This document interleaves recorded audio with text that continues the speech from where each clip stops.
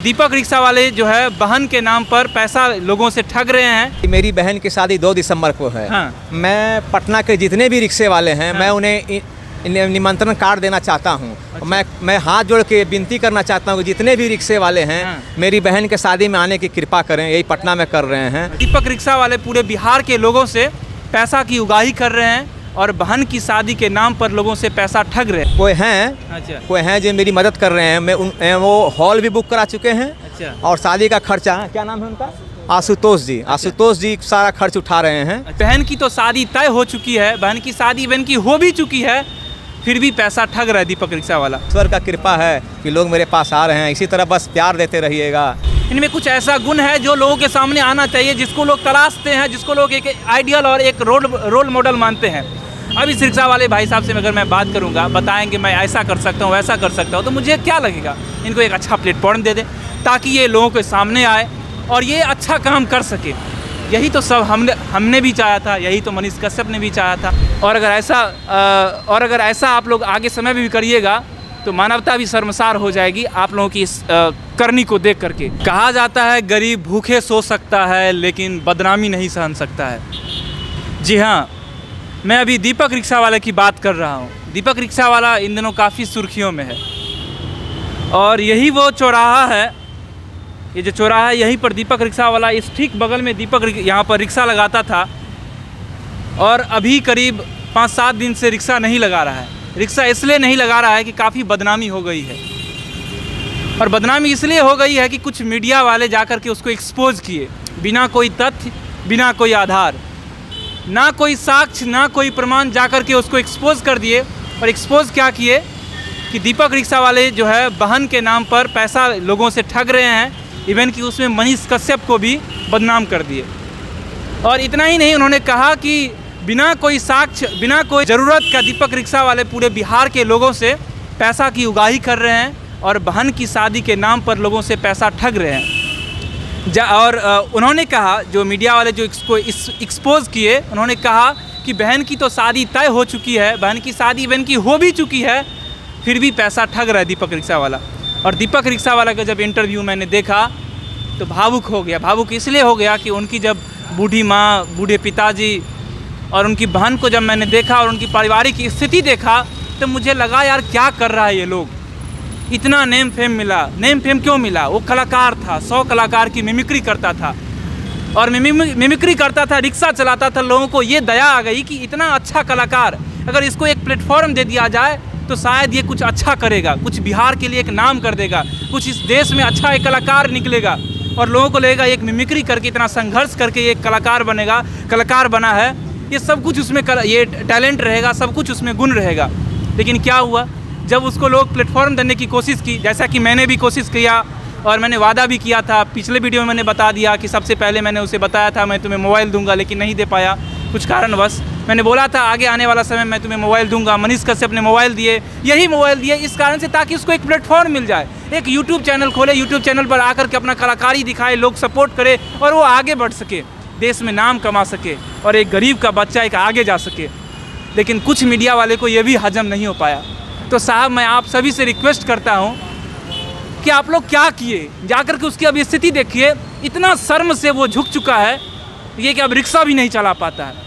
उस इंटरव्यू में वो अर्जी करता है हाथ जोड़ करके, सारा पैसा ले लीजिए और मैं रिक्शा चालक हूँ, मुझे रिक्शा चालक ही रहने दीजिए। अब भी आपको दया नहीं आई? अरे कम से कम जा कर के माफ़ी भी तो मांग लीजिए आप लोग। एक रिक्शा वाले के साथ ऐसा सलूक आप कैसे कर सकते हैं? अब बताइए, जैसे कि मैंने पिछला वीडियो में बताया कि एक रिक्शा चालक है और जैसे कि ये भाई साहब रिक्शा चलाते हैं। अब इनमें कलाकारी है, इनमें कुछ ऐसा गुण है जो लोगों के सामने आना चाहिए, जिसको लोग तलाशते हैं, जिसको लोग एक आइडियल और एक रोल मॉडल मानते हैं। अब इस रिक्शा वाले भाई साहब से अगर मैं बात करूंगा, बताएंगे मैं ऐसा कर सकता हूँ वैसा कर सकता हूँ, तो मुझे क्या लगेगा, इनको एक अच्छा प्लेटफॉर्म दे दे ताकि ये लोगों के सामने आए और ये अच्छा काम कर सके। यही तो सब हमने भी चाहा था, यही तो मनीष कश्यप ने भी चाहा था। आपने मनीष कश्यप को भी बदनाम कर दिया, आपने दीपक रिक्शा वाले को भी बदनाम कर दिया और आपने उन तमाम मीडिया वाले को बदनाम कर दिया जो मीडिया वाले उस रिक्शा वाले को सपोर्ट कर रहे थे। क्या उसका सपोर्ट करना लाजमी नहीं था? क्या उसका सपोर्ट करना नहीं बनता था? क्या वो कलाकार नहीं था? क्या वो 20 वर्षों से यहाँ पर रिक्शा नहीं चलाता था? क्या वो पटना में 20 वर्षों से उसी तरह से फुटपाथ पर अपना ज़िंदगी का ठोकर नहीं खा रहा था? ये सारी सवाल उन सभी मीडियाओं पर पड़ता है जो मीडिया वाले इसका बिना कोई साक्ष्य और बिना कोई प्रमाण का एक्सपोज करने के लिए निकल गए थे। और भाई एक्सपोज करने से पहले ये तो देख लेते कि उसका आधार क्या एक्सपोज करने पर। उन्होंने कहा कि शादी वाली बात आई, तो शादी पर उन्होंने कहा कि शादी, उनकी जो पत्नी है, पत्नी उनको कभी आज तक पति ही नहीं माना, तो वो भी अपना पत्नी नहीं मानते हैं। यही कारणवश वो जो है कहते हैं मेरा शादी नहीं हुआ है। तो इसमें कोई गलत बात है भी नहीं। चलो ठीक है, वो थोड़ा सा छुपाए, बता देना चाहिए लोगों को सामने में, जो ऐसा आपको नहीं करना चाहिए। इसके अलावा वो क्या किया, बहन की शादी नहीं हुई है। बहन तो ऐसा भी कह रही है कि अगर आप मुझे जॉब दीजिएगा तो मैं आप ही की कंपनी में काम कर दूंगा, मुझे जॉब दे दीजिए। वो झाड़ू पोछा का काम करती है, बताइए। और फिर भी बिहार के कई सारे मीडिया कर्मी हैं वो इस तरह के काम कर दिए और इस तरह के जो काम किए, जिससे दीपक आज इतना शर्मिंदा हो चुका है और इतना अपने आप को गिरा हुआ महसूस करता है कि यहाँ पर आज रिक्शा चलाना छोड़ दिया है। करीब 5 दिन से यहाँ पर रिक्शा चलाना नहीं आया है। बात सही कह रहे हैं, दीपक को दिख रहे हैं यहाँ पर रिक्शा चलाते हुए? नहीं दिख रहे हैं ना। आप देख रहे हैं दीपक को रिक्शा चलाते हुए यहाँ पर आए, कितना दिन से नहीं आया है?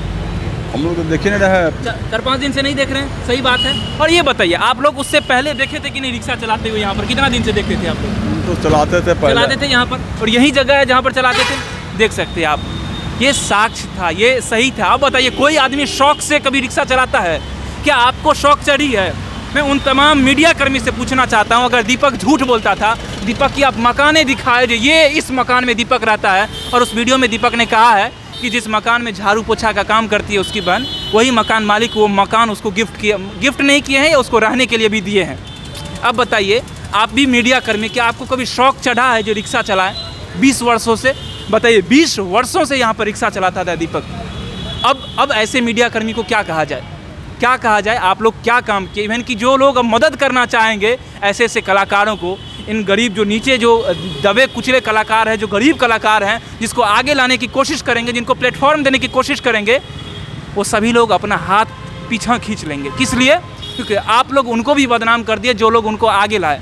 हमने भी आगे लाने की कोशिश की, हो सकता है हमारे ऊपर गाज नहीं गिरी क्योंकि उस समय हम लाइमलाइट में नहीं थे, लेकिन जो लाइमलाइट में आए थे उनको आप इतना शर्मसार कर दिए कि आने वाले समय में वो कभी किसी को मदद नहीं करेंगे। और अगर ऐसा आप लोग आगे समय में भी करिएगा तो मानवता भी शर्मसार हो जाएगी आप लोगों की इस करनी को देख करके। बाकी यहाँ के मीडिया कर्मी, यहाँ के जो रिक्शा वाले हैं, उनसे एक चीज़ और जानना चाहता हूँ, आप दीपक को कैसे जानते हैं? दीपक का हमेशा हम लोग रोड में चलाते हैं तो देखते रहते हैं। हाँ। ये बात है, हम चीना पर हम लोग के नहीं है, कहाँ घर है कहाँ द्वार है उसे हम लोग को पता नहीं है। मगर जैसे भी रिक्शा चलाते हैं कैसे चलाते हैं उसी देखते थे। आप ये भाई साहब को देखिए, इनको एक तरफ कैमरा घुमाइए, किस स्थिति में रह रहे हैं? क्या ये करोड़पति घर के हैं? क्या इनका बेटा अरबपति है? क्या ये अट्टालिका में रहते हैं? जी नहीं, कभी नहीं रहते हैं। ये रिक्शा चलाते हैं। अब इनमें कोई कलाकारी होगा, एक बार फिर से दिखा दीजिए लोगों को, ताकि लोग बढ़िया से इनको देख भी ले। इसी तरह से वो भी रहते थे इसी रिक्शा पर और इसी तरह से चलाते थे। अब माना कि इनमें कोई कलाकारी होगा और हम दिखा देंगे भाई इन कलाकार को थोड़ा सपोर्ट कर दीजिए, तब बोलिएगा भाई स्पेशल इसी रिक्शा वाले को क्यों, उसमें एक जाति लेकर के आ जाइएगा, भाई इनका जाति का था इसीलिए सपोर्ट कर दिया। फिर उसके बाद कर दीजिएगा इनका ये जो रिक्शा वाला है उसका बेटा ये था, ये जो रिक्शा वाला इस मकान में रहता है। तो ये सब जो है बेतुकी बात छोड़ दीजिए। कोई भी मीडिया कर्मी अगर यहाँ पर रिपोर्ट करता है तो वहाँ की वास्तविक स्थिति देखता है, प्रेजेंट की स्थिति देखता है, ना कि उसका आधार कार्ड, ना कि उसका बर्थ सर्टिफिकेट, ना कि उसका जात सर्टिफिकेट, कुछ भी नहीं देख करके सब करता है। और ना उसका बेरोजगारी का सर्टिफिकेट, ना गवर्नमेंट जॉब का सर्टिफिकेट, कुछ भी नहीं देख करके करता है। देखता है उसकी वास्तविक स्थिति, उसकी स्थिति में रहता है और कैसे रहता है और उसमें क्या कलाकारी है, ये देख करके उसका रिपोर्ट करता है। बाकी इसी तमाम खबर को देखने के लिए आप देखते रहिए रेबल न्यूज़ इंडिया। मेरा नाम पंकज झा है और आप अपनी प्रतिक्रिया कमेंट बॉक्स में दे सकते हैं। आपको कैसा लगा आप ये भी बता सकते हैं। धन्यवाद। Thanks for watching Rebel News India. Stay tuned for more updates. Don't forget to like, share and subscribe.